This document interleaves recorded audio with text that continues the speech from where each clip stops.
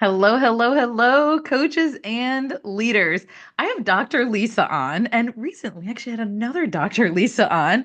I'm so excited to have her on.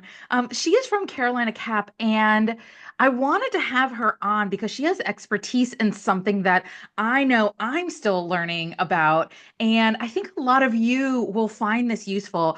She works with alternatively certified teachers, very specifically in this Carolina CAP program. This is with South Carolina. And I'm excited to have this conversation with her today about how we can support our alternatively certified teachers. So before we jump in, first, I wanted to welcome you to the show, Dr. Lisa. Thank you, Miss Becca. It is my pleasure. I'm truly excited. Truly I know. excited. Yeah, Yeah. I'm excited for this conversation. All right, so before we jump in, could you just share with everyone very briefly what's your experience in education and what do you do now? So I always like to say, no matter what position or what role I've served in, I'm a teacher. I'm an alternative ed teacher. So I've got a background in teaching and in coaching, instructional coaching. At this particular point, I serve as the Carolina CAP coaching coordinator. Hmm. So I am very happy to be here. It's been a journey and I'm very Hmm. thankful, and still learning, Yeah, yes, we all still are. learning. Today I was learning. Yes. And you're in your role, you coach the coaches. Is that correct? Yes. Yes, I Yes. love this. So Carol Cat is a partnership between Mira Education, the College of Ed at the University of South Carolina, and then we also have 39 districts across South Mm. Carolina Hmm. that look to us to help them support and provide alternative ed teachers. Hmm. And then those one of the asks Hmm. of the University of South Carolina, Carolina CAP, is that they assign a site-based coach. Hmm. So I work with the site-based coach. And we also, our coaching team, we have two lead coaches and myself. So we all work together with those coaches that are assigned to those candidates and those Hmm. residents in the apprentice program. I love this. Okay, good. You just have this like very broad view of it all, right? So you're on the ground, you're coaching, but then you also kind Yeah. of get to have this like very broad systemic view as well. And I very much value both of those Mm-hmm. viewpoints. Yes, Yeah. definitely a blue sky view for Yes. coaching. Blue sky view. Yes. I love, yeah, yeah, it's true. All right. I want to jump right in here because we're talking about how to coach alternatively certified teachers, right? So we're not just, usually I talk about just coaching the teachers, and we're Mm-hmm. talking about a very specific Mm-hmm. population, right? Like a kind of I don't know if situation, but this is like a specific need in a teacher. Mm-hmm. And Mm-hmm. so I want to Mm-hmm. talk about first of all, right? When you have your coaches, your site-based coaches in schools, what assumptions do you see school leaders and coaches make about alternatively certified teachers that could potentially be problematic? I think one of the most alarming to me is that alternative ed teachers are in it for just 5 minutes, and they're Mm, not. The majority of alternative ed teachers are in for the long haul. mm, They ran from education the first time. They got the degree, they received that degree, and then they're thinking, this field. I want to teach. And so they come to us with this knowledge in a particular field, and they may need some support with pedagogy and content, but they mhm, want to be here in the field mhm, of education. that's mm. that's the main That's the main one. Mhm. Yes. That's Yes. the main I one. get it. Yeah. Yes, and also that they don't have the content knowledge, and they do. Mm. Many of them have they may need a little steering. They Hmm. may need a little steering into how that content looks for the particular age of the student, Yes. but they have a brush, they Yeah. have an idea of what that content is. Something I coach alternatively certified teachers in Arizona, and one of the things I love about them is their content knowledge. I mean, usually they're coming from the field they're teaching in, right? So they were a scientist or an engineer, right? And they're teaching science. And so one of the things I love is how much content knowledge, expertise they come with, and the thing that I have to coach them in is how to break it down, just like you said. How do you break this down, right? And simple things like there's this thing called scaffolding. Yes, Right? It's like, you're yes. kind of doing that coaching 101 thing, or teaching 101 thing. But also they have this beautiful relationship with the real world Mhm. because they have worked in the real world, right? Yeah. And they're like, like we need kids to know this because I used this when I was Mhm. doing the job, Mhm. right? So anyway, that's one of my favorite things about alternatively certified teachers. Yes, and in South Carolina, we have this, we have something called the profile of a graduate. And the Yep. profile of the, familiar with Yeah, this? yeah, yeah, yeah. Yeah. And so the profile of the graduate focuses on those, okay, let's do skills. And they also focus on on those let's know skills. So to me, the alternative ed teachers, they have a jump on that They because they've do. already done it in Hmm. their field, and now Hmm. they get to show it, teach it, and apply it Yes, with exactly. their students. Yeah. So it is a beautiful thing. Yeah, I love it. I Beautiful love thing. it. So, thinking about coaching and right, how us as coaches, we go and we differentiate for everyone, right? Mhm. And so, what I'm curious about is how can coaches adapt their coaching approach to support our alternatively certified teachers? Well, first, I would probably say mindset. Mm, Be in the mindset of being vulnerable as a mm-hmm, coach, mm-hmm, being ready to receive that particular alternative ed teacher. It's not a one size fit all mm-hmm, approach. So one particular coach may need more support in one area. It may be pedagogy. Another coach may need more support in an area of assessment or lesson planning. It mm-hmm, just varies mm-hmm, because that background so varies. When I when I speak with the coaches and they talk to me about their candidates and their residents, many of them have candidates or teachers. Our candidates are teachers of record in their rooms. mm-hmm, So they're not only bringing that work experience, but they're also bringing, some of them have military backgrounds. Some of mm, them have come from family of educators, mm-hmm, so some of them have worked as paraprofessionals. So they mm-hmm, just have a hodgepodge of strengths and skills and needs. mm-hmm, So we just have to be vulnerable. mm-hmm, We have to be mindful, and we have to be willing to do the work to figure out what works best for them. mm-hmm, What works best?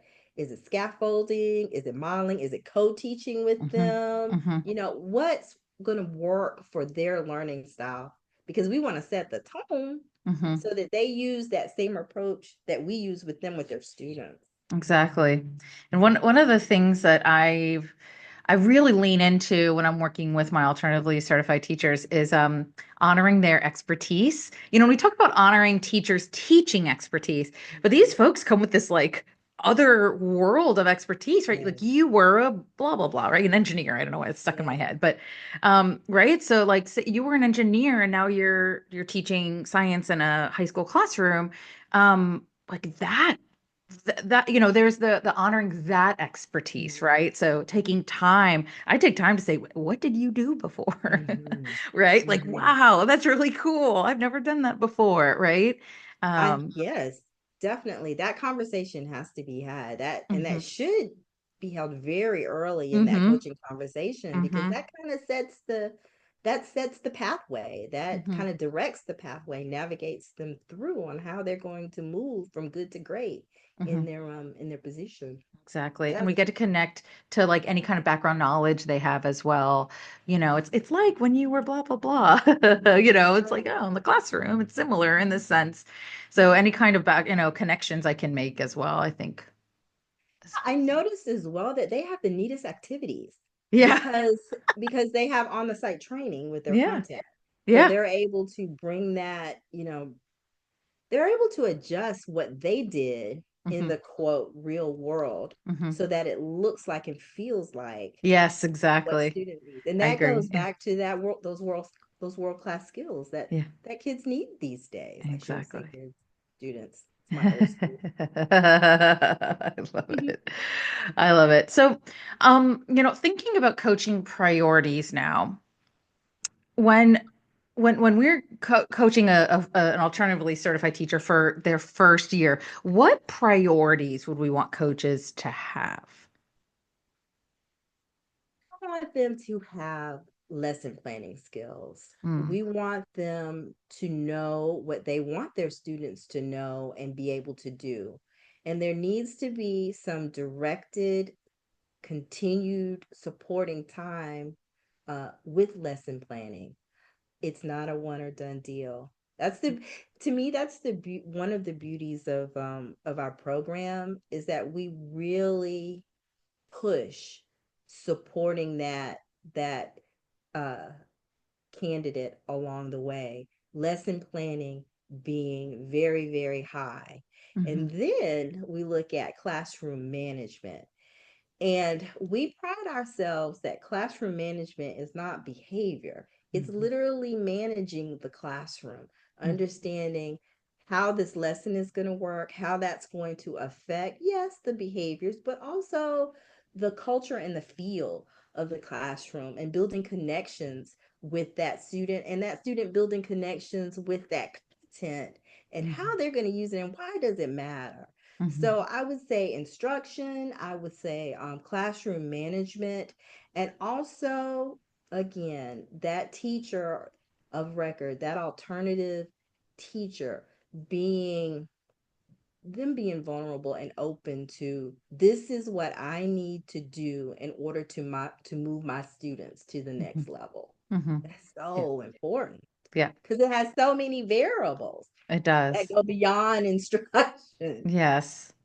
Yeah. parenting, you know, it's just everything. School community relations, how it operates, the school, it's just all of those things. But I would say first and foremost it would be instruction, Hmm. classroom management, and culture. And culture. So, a question for you about the lesson planning element. When you are teaching them to lesson plan, what are your coaches? What does that look like? Like, do they give them a lesson plan format? Do they sit and co-plan with them weekly? Like, what does that look like? All of that. So our model is very eclectic. So we make sure that we do not prescribe one Hmm. particular way because we have so many different, like I said earlier, we have over we have approximately 40-45 partner districts. Mm, So with lesson planning, a lot of it, some districts, some schools have a set format. We don't necessarily concentrate on the format. We mhm, concentrate on one, do you know the standards? Do mhm, you know how to read the standards? Do mhm. you know how to scaffold and break down those indicators so that kids can know and be able Which to is not do? an easy skill. No, oh my gosh, we all struggle with that. Yeah, traditionally certified teachers struggle with that skill. Yeah, I can remember as an early alternative teacher, and I take this with me, that one of my biggest challenges was trying to teach too much content in one particular lesson. Yep. So, so I share that story with lesson planning, and our coaches, our lead coaches, they share those stories, and then we it looks very different at different levels. But I would say understanding those standards, understanding Hmm. the indicators, knowing how to Hmm. break them down, and making sure you season the pot, making sure that your activities, that your feeling tone, that your with itness, and all of that which makes you an effective and great teacher is Hmm. sprinkled in there. Hmm. It's kind of that seasoning salt. Yeah, yeah. And what I found with my own experience is we've kind of got to go a little step by step. It's like sometimes as a coach, you walk in, you're like, there's all this stuff, like where do I Yeah. start? Right. And I agree with you. I think lesson planning and classroom management are two of the top priorities. Like if you can't plan a lesson, if you don't know where it's starting and where it's ending, Yes. where what are we doing here? Right? We want to learn how to begin, and work through and end some kind of learning that makes sense and is standards based. And a lot of times, and we emphasize this too, the teachers, the alternative teachers, they're not familiar with the jargon. Yep. So they know it, but they don't know how we as educators say Exactly. it. And it is jargon. It is edu jargon. We speak a It's language. yes. How do you fit and how do you fit those pieces into the instructional programs that you Hmm. have in your schools? Yep. That's Exactly. another piece too. Yeah, and I think I talk about this concept of speaking to the listening. So when I'm talking, I'm aware of who I'm talking to, right? And it's a whole Mhm. nother level of speaking to the listening when I need to be aware of what jargon I'm using with someone that's not traditionally certified, right? So if I say something like scaffolding, I might say, "Do you know what scaffolding is?" And in a way that like both is respectful, but also I'm not interested. I'm not interested in saying language that someone is not understanding. So I get it out real quick. Like, look, I'm just going to check in with you and make sure that the jargon that I am saying makes sense, right? So I teach them proximity, right? Yes, Like, just yes, those. It's not only because you're right. They know the concepts. yes. It's just our specific jargon. Someone back in the day made up this word, and we all Mm-hmm. use it now, and Mm-hmm. we're going to teach it to them. Um, and your question was some of the things that we in a nutshell, some of the things that we Prioritize. prioritize, Hmm. right? Another thing that we prioritize is that every teacher is a teacher of SPED. Every Hmm. teacher is a special education teacher, and that equates to differentiating, Hmm. differentiate whatever it is that you do, whether it's your Hmm. teaching, whether it's your learning, whether it's your, and I say assessment, but of course we have to teach them what we mean by Hmm. assessment, you Right? All the know different kinds of assessments. Is it yes. formative? Is it summative? Yes, yes, Yeah. it's exciting and fun, and we have something in our coaching model that we give our coaches. It's called a continuum of candidacy, and what it is, it's broken down into different stages. Instruction is one, assessment is one, and it's secular. Our candidates will be in our program. I say candidates and teachers interchangeably, but at the end of 3 years, the hope is that these candidates in Carolina CAP Mhm, are fully certified teachers. mhm, But within that time period, our coaches can reference any part of that continuum, because at any stage and in any year, there may be something applicable in that continuum for those candidates. mhm. I love it. That's really interesting. And let me just ask you about this continuum of candidacy. I'm very interested in what's in it. And it is is there kind of a learning pathway? Yes. It follows an 8 week. It follows the 9 week pattern. And so Hmm. there's a different, I'm trying to recall. I know instruction is number one. I know culture is one, culture and environment, um, communications, community relations. Yeah, so it's progressive in a sense, in that we're introducing or unfolding these big pieces, these big rocks to teaching, but it's cyclical in a sense that you can't put it in a progression, because at any point in time you may need support. Yes. Yeah, Yeah. it's true, right? Like a continuum. Yeah, it's like where we're starting could be at different starting points, and we may need to review Yes. something when we get to a certain point. And yeah, it's not necessarily like linear. Yes. And it goes back to what you said earlier about the candidates bringing different skills to the table. Mm-hmm. So they come with different variables and different experiences that dictate that they don't always start at a Mm-hmm. particular point in the continuum. Yeah. Yeah, exactly. That's so interesting. So this is my final question here, but I would love to know what is a coaching misstep you've seen supporting alternatively certified teachers? A coaching misstep. A coaching misstep is to give them too many expectations at one time. Mm, Too many, too many. When you're developing coaching, when when we're coaching, Carolina Cap Coach, we push that. Okay, have conversations, quarterly conversations with your teachers, but pick one small achievable goal. hmm Don't try not to pick something or some things that could be overwhelming to that particular teacher. Pick the most, pick what you and that teacher needs or feels is the most significant area of growth that they're hmm going to need to be most effective as a teacher, hmm Yeah.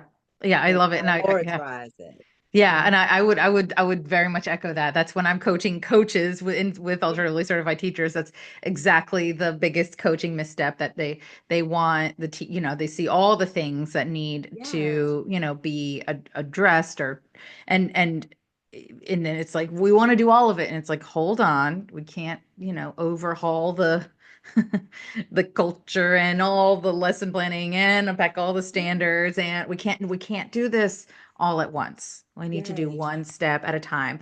And to do like my coaching cycles last 3 weeks. They're short. yes. And to have those small wins builds efficacy, Mhm. Mhm. right? When we have short wins Yes, and they're continuous. And so yeah, that's I very much echo that like we want to be careful not to overload and overwhelm yes. And wonderful that'll keep them alternatively in certified school. teachers. Let's say that That again. will keep this will keep them at their school. It'll Yep. the efficacy. It'll keep them Yep. in the profession Yep. because they feel like they can conquer Yep. those little minis Those in wins, yeah, and school. celebrations, and that's actually neurologically, that's how we develop a habit. We actually reward ourselves. We celebrate. Like when you accomplish something, if you celebrate it, our brains are like, "Oh, we want to do this again."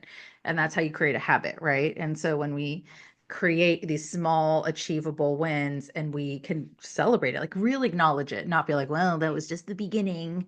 Right? How Yes, can we, we don't want to, what is something I hear often, like we don't want to celebrate mediocrity. That's what yes. I hear a lot. I'm like, hold on, guys. There was Maybe a little bit. improvement. Yes. Well, yeah, like so what if it's still mediocre Yeah. teaching? It Yeah. was we Yeah. improved. Yeah. We We improved. growth. We made Yes. growth, Made right? growth. And we don't do that to Yes. children. We're not like, well, you're not reading on grade level yet, so we can't celebrate. We don't do that to children, right? Yeah. Let's not do this to adults because it's very defeating to wait to celebrate until, we think there's some big earning that happened. No, we made growth. We're celebrating and we're going to do the next thing. That celebration actually Yeah. makes the next growth easier and faster and more effective. Yeah, I say this often. It's the sport. It's the sport of coaching. It's the Yep. sport of teaching Yep. in action. Yep, exactly. Well, we have to wrap up now. So thank you so much, Dr. Lisa. This was so Oh, much you're fun to so talk welcome. about this beautiful population of teachers that we have a privilege to work with. I really truly love my alternatively certified teachers. I look forward to working with them. Um, so if someone wants to know more about the Carolina CAP program, or find out more about you, where can they find you? So you can find me at with Carolina Cap. You could definitely look up the USC alternative pathway, or you can look up Dr. Lisa at thefacultylounge.net, and that's my website. Oh, I But you're love that. welcome to reach out to me anytime because I Um, love coaching and teaching. And thank you, Ms. Becca, for this platform to discuss alternative ed. It's mm. a song that needs to be sung. It is a song that is to be sung. I love it. Well, thank you so much for being here.